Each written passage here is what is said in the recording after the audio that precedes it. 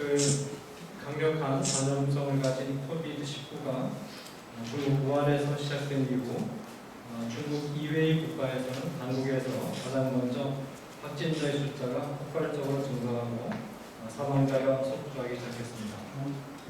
대규모의 확진자가 이단 종파인 신천지교의 집합 예배에서 시작되었다는 추정이 나오자 한국 정부와 지방자치단체들은 집합 예배가 불가피한 교회 예배, 특히 주일 예배를 인터넷 예배로 전환할 것을 권고하는 동시에 집합 예배를 강력하게 통제하는 행정명령을 발동하고 공무원들을 교회에 파견해서 예배 실시 여부를 강조했습니다. 대부분의 한국 교회들은 정부와 지방자치단체에 대한 행정명령을 받아들여서 집합 예배를 인터넷 예배로 전환했고 불가피하게 집합 예배를 가지는 경우에도 마스크 착용, 발열 측정, 사회적 거리두기 등을 준수해서 예배를 진행함으로써 정부의 조치에 호응을 했습니다. 이 정부의 조치에는 두 가지 중요한 기독교 윤리학적 문제가 숨어 있는데, 하나는 전염병 감염으로부터 인간의 신체적 생명을 보호해야 한다는 원리를 지키기 위해서 주일에 집합 예배를 드려야 한다는 원리가 유보될 수 있는가 하는 것. 다른 하나는 정부가 주일에 드리는 예배에 대해서 행정적으로 통제를 하는 것은 신교의 자유를 억압하는 조치이다 하는 문제입니다. 자, 이 문제에 대한 답변을 제시하기 위해서 제가 세 가지 각도에서 접근을 하고자 하는데, 첫째는 주일 예배를 명령하는 본문, 특히 주일에 집합하여 예배를 드릴 것을 명령하는 본문은 하나님의 율법 체계에서 어떤 위치를 차지하고 있는가를 먼저 다루겠습니다. 이 질문에 대해서 주일에 집합 예배를 드리라는 명령은 기독교인들과 교회가 시대와 장소를 초월해서 준수해야 될 보편적인 도덕법 체계다라는 점을 말씀드리고, 둘째로 인간의 생명 보호가 기독교 윤리 체계에서 차지하는 비중이 뭔가를 역시 정리를 하겠습니다.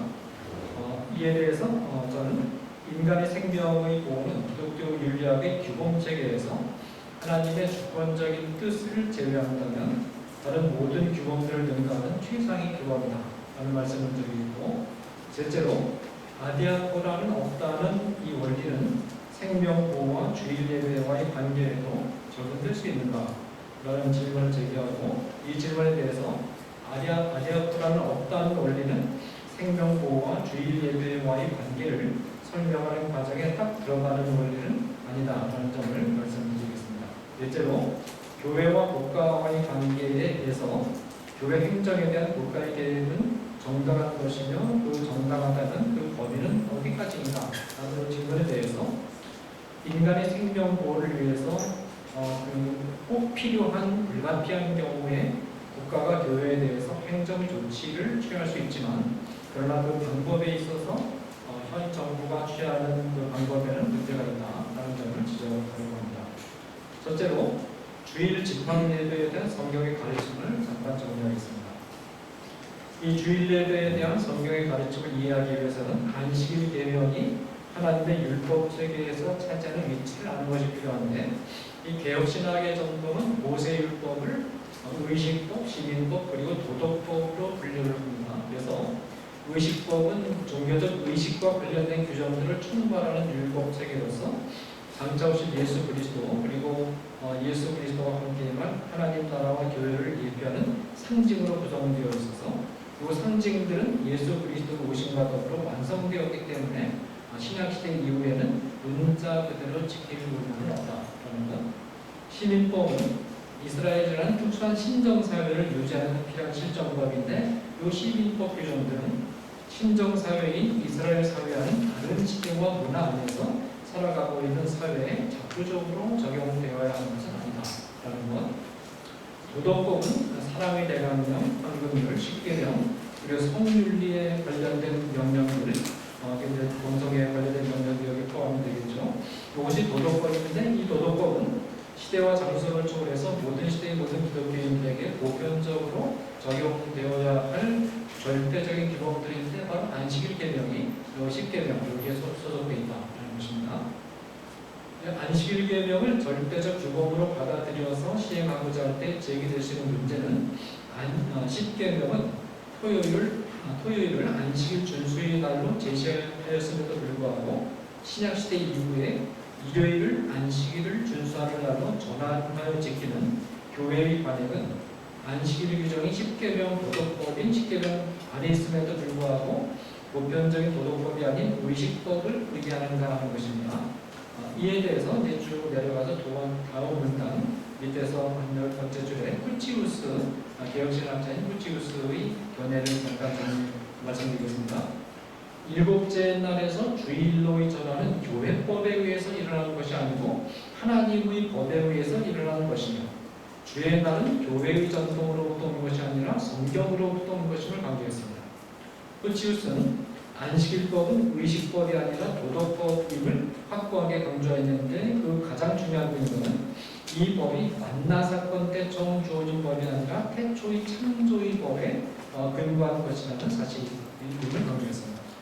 그러면 안식일에서 주일로의 전환은 어떻게 이해되어야 하느냐? 후치우스는 사도가 모범을 통해서 보여주는 것인데 사도의 모범은 하나님의 법이므로 이 법은 우리를 구속한다. 그렇게 생각을 했습니다. 이게 표준적인 견해입니다.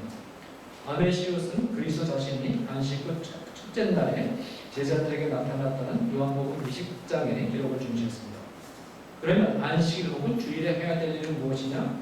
출애굽기의 안식일 명령은 모든 하나님의 백성들이 6일간 행하던 일을 중단하고 하루를 쉬면서 구원의 은혜를 기념하는 예배를 드릴 것을 요구합니다. 그리고 6일간 일하고 하루를 쉬라는 명령은 출애굽기에 등장하고 구원의 은혜를 기념하는 예배를 드리라는 명령은 신명기에 등장합니다. 안식일 계명은 인간의 건강을 위해서 제정된 날입니다. 그래서 신체적으로 쉬기 위해서는 일을 중단하고 잠시 숨을 돌릴 수 있어야 되며 동시에 출애굽기의 명령을 준행하는 거죠. 인간의 영혼을 끊임없이 괴롭히고 병들게 하는 죄의 세력으로부터 인간을 해방시킴으로써 영적인 건강을 보호하기 위해서 예배를 드리는 거죠. 안식일 계명은 인간의 날인 동시에 하나님의 날이기도 합니다. 따라서 이 날에는 여호와를 찬양하며 별도의 제사를 드리고 성서를 경외하는데 주일에 드리는 예배는 회중이 모여서 공예배를 드리되 이 예배는 지역에 있는 회중들이 함께 모이는 예배가 된다. 집합 예배가 된다는 겁니다. 이 사실은 안식일 예배 방식에 대해서 너희가 거주하는 각 처에서 지킬 것을 명령하는 레위기 23장 3절에서 확인할 수 있습니다. 그러니까 주일 예배는 집 모여서 집합 예배로 드리라는 것이 보편적인 하나님의 명령입니다. 요약하면 안식일 계명은 시대와 장소를 초월해서 모든 기독교인들과 교회가 준수해야 될 보편적 도덕법입니다.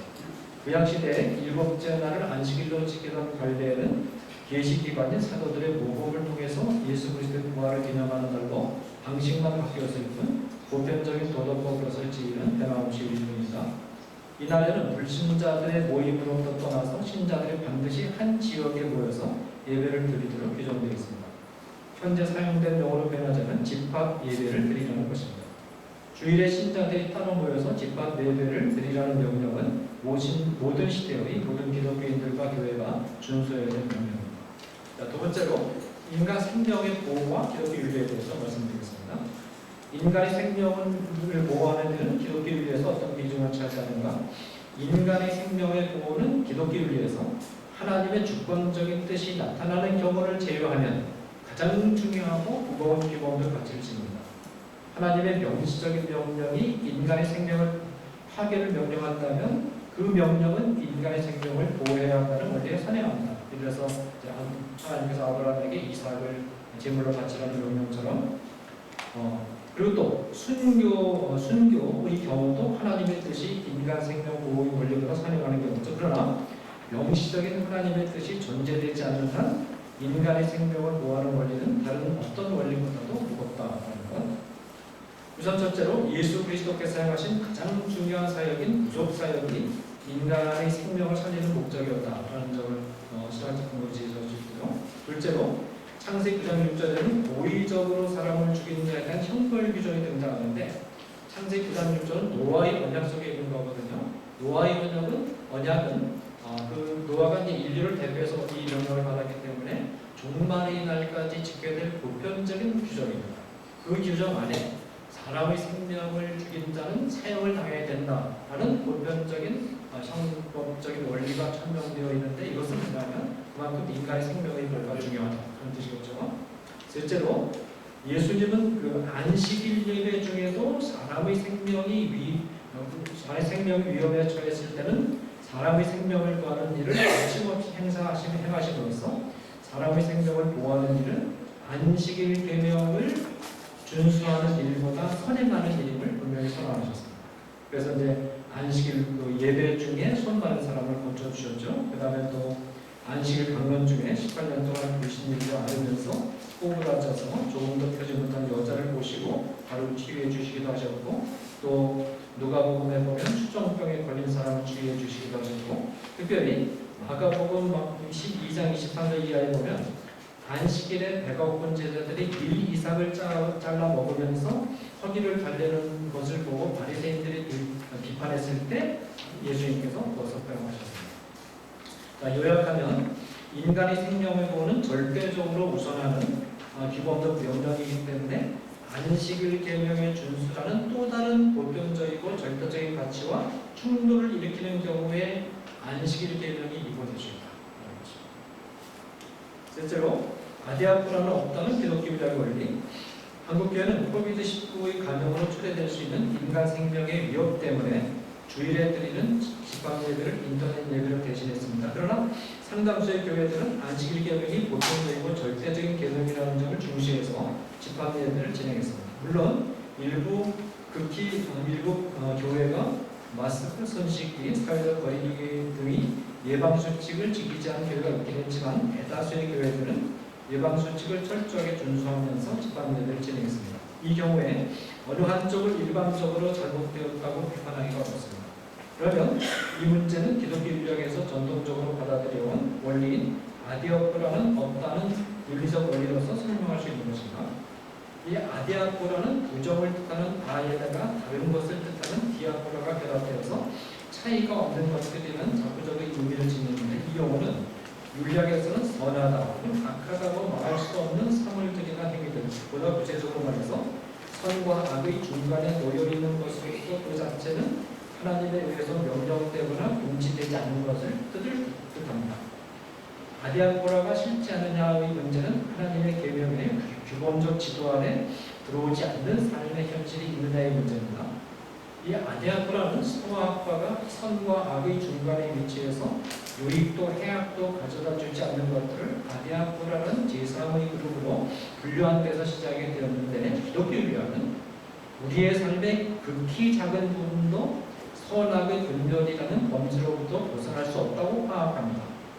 하나님에 대한 사랑과 계명의 관계로부터 벗어난 중립적인 결정의 영역은 없습니다. 따라서 스토아학파가 말하는 아디아코라는 존재하지 않습니다.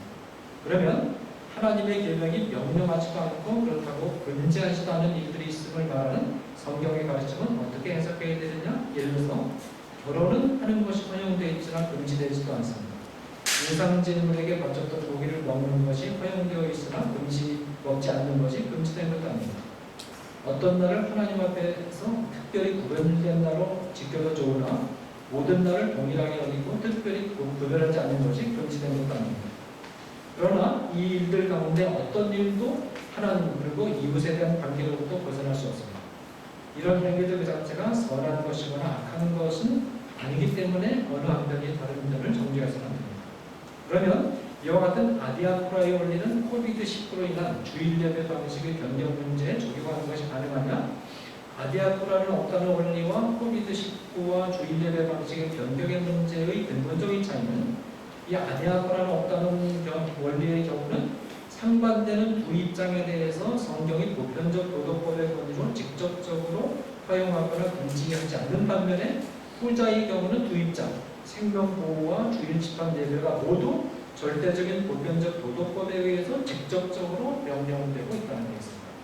따라서 전자의 경우는 두 입장의 윤리적인 타당성 여부를 결정할 때 행위자의 상태와 행위가 처한 상황이 중요한 요소로 고려가 됩니다. 예컨대 우상징물에게 바쳤던 고기를 먹는 것이 정당한가 하는 문제는 고기를 먹는 자와 고기를 먹지 않는 자의 믿음의 정도와 상황이 중요한 고려의 대상이 됩니다. 그러나 코비드19와 주일 집합 예배의 상관관계 문제는 두 개의 절대적인 보편적 도덕법이 상충된다는 점에서 아디아코라는 없다는 원리와 관계된 문제들과는 차별화가 됩니다. 이 경우는 이른바 차등 절대주의라고 부르는 상황으로서 최선을 다해서 두 규범의 동시적 실천의 방법을 모색해야 되고 두 규범의 동시적 실천이 어려울 경우에 덜 중요한 규범이 폐기되는 것이 아니고 이 규범의 적용이 한시적으로 유보될 수 있다는 것입니다. 자, 이 관점에서 이제 코비드19 문제를 정리하면 첫째로 코비드19의 전염이 사람의 생명에 위해를 가할 수 있는 것이 사실인 이상, 제가 이제 우리 학교 은퇴하신 서울대 교수님, 그 가족이 이제 미국에 계신데, 최근에 이제 사실 이제 펜실바니아 필라델피아에 계신데, 아버님도 코로나로 소변하셨고 나이가 좀 많으셔요. 어머님도 코로나로 소변하셨습니다. 그래서 이제 장례식 때문에 미국에 가셨는데 지금 펜실바니아 상황이 코로나 사태만으로 6,800명이 좀 죽었습니다. 그리고 이제 환자가 펜실바니아 주만 68,000명이고 어제 800명이 넘는 환자가 확진이 됐습니다. 그러니까 이제 이 코로나 사태가 우리나라는 좀 방역 좀 잘 되고 해서 아직 조금 약하지만 이 잠재적인 위험으로 생명을 위협하는 그런 위험으로 여전히 우리에게 다가와 있습니다. 가장 따라서 코로나19의 전염이 사람의 생명에 위해를 가할 수 있는 것이 사실인 이상 가장 중요한 결정 요소로 고려되어야 되고 집합 예배 방식이 전염의 경로가 될 수 있음이 분명하다면 집합 예배를 드리는 것이 요구할 수 있습니다. 그것을 요구할 수 있습니다. 둘째로 그러나 집합 예배 방식은 다양한 조정이 가능하기 때문에 이와 같은 조정을 통해서 감염을 예방할 수 있는 조치를 취하면서 집합 예배를 유지하는 것이 바람직하겠죠. 발열 체크, 손의 세정, 마스크 착용, 사회적 거리두기, 예배 횟수 늘리고 출석 인원 분산시켜서 그래서 적어도 예방 수칙을 준수하면서 모일 수 있는 공간이 있는 한 집합 예배를 포기해서는 안 된다. 동전. 이와 같은 분산 예배를 통해서도 성도들을 모두 다 수용하지 못할 경우를 대비해서 인터넷 예배도 마련하되 성도들로 하여금 이동하지 않고도 드릴 수 있는 인터넷 예배의 편리성에 안주하지 않도록 철저히 교육시킬 필요가 있다. 그러면서 다섯째로 주일 예배가 아닌 평일의 예배에 대해서는 집합 예배로 드리라는 명시적인 언명이 없기 때문에 예배 방식을 좀 더 다양하게 사용해도 무방합니다.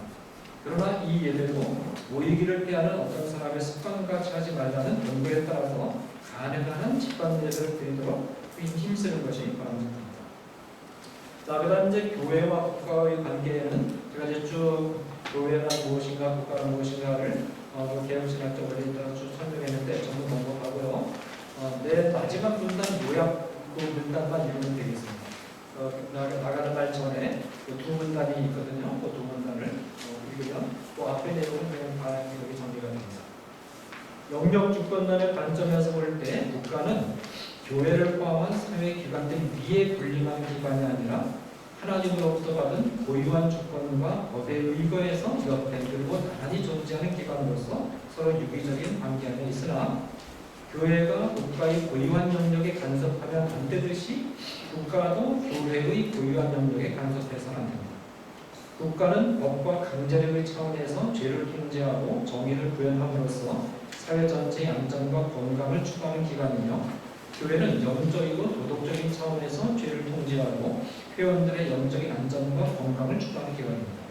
교회라고 할지라도 국가의 법적 통제로부터 벗어날 수 있는 것은 아니며 교회도 철저하게 준법을 해야 됩니다. 교회관 예배당 건축하고 할 때 그 건축법에 다 철저히 지켜서 그렇게 해야 되고 교회가 앞장서서 준법에 앞장서야 되겠죠. 국가를 할지라도 교회의 영적이고 도덕적 통제로부터 벗어날 수 있는 것은 아닙니다. 이 국가가 잘못된 정책을 펼칠 때 교회는 그 윤리적인 차원에서 영적인 차원에서 얼마든지 비판하고 할 수 있게 있어야 되겠죠. 코비드19의 전염으로 인해서 국민들의 생명에 위협이 찾아올 가능성이 분명하고 교회의 집합 예배가 코비드19의 전염을 퍼뜨릴 가능성이 있음이 분명하다면 국가가 교회의 집합 예배에 관해서 행정 지도를 하는 것은 정당한 일입니다. 그러나 국가가 교회의 주일 집합 예배가 하나님을 향한 신앙 표현 방식에 있어서 하나님의 절대적이고 보편적인 명령을 준수하는 교회에 준비될 본질과 관련된 핵심적인 행사라는 점을 고려하지 않고 개교회들을 향해서 일방적으로 주일 집합 예배를 금지하는 방식으로 지도해서 합니다. 그와 같은 지도 방식은 명분이 아무리 정당하다 하더라도 교회의 고유한 주권에 부당한 침해의 요소가 있으며 교회와의 갈등을 피할 수 없습니다. 교회가 국가와의 관계에서 정치적 의사를 표현하고 그 자체 안에서 교회에 대한 교회 행정의 차원에서 명령을 내릴 수 있는 기관이 바로 교단입니다. 따라서 정부는 교단 관계자들을 만나서 상황 설명을 하고 협조를 구해서 교단 자체의 지도 체계를 통해서 대응할 수 있도록 하는 것이 바람직했습니다. 사실 교회는 예배 공동체지 정치 공동체가 아니거든요. 그런데 교회를 향해서 국가가 바로 명령을 내리게 되면 이건 바로 예배에 대한 종교에 대한 침해가 되는 우려가 생기는 것입니다. 그러니까 교단을 통해서 얼마든지 대응할 수 있지 않느냐, 정당한 정치적인 공동체인 교단을 통해서 얼마든지 할 수 있지 않느냐 그런 거죠. 따라서 정부는 교단 관계자들을 만나서 상황 설명을 하고 국가는 교회가 하나님으로서 고유하게 받은 본질적인 행사에 대해서 강제력을 동원해서 일방적으로 행정 통제를 해서는 됩니다. 국가는 교단을 통해서 합리적으로 설득해서 교회가 자발적으로 통제 조치를 취할 수 있도록 유도해야 됩니다. 그러나 교회는 비록 국가가 교단을 통하지 않고 일방적으로 통제 조치를 취하는 방식이 교회 내부 간섭의 소지가 있다 하더라도 국가가 행정 통제 조치를 취하는 이유가 여기서 행정 통제 조치라고 할 때는 손세정이라든지 사회적 거리두기를 감독한다든지 그런 차원을 얘기하는 것인데 기독교 윤리학에 있어서 절대적인 가치인 인간의 생명 보호를 위한 것이 분명할 때 그런 아주 극단적인 상황에서 해서 불가피하게 국가가 어떤 행동 제도를 할 때는 교회가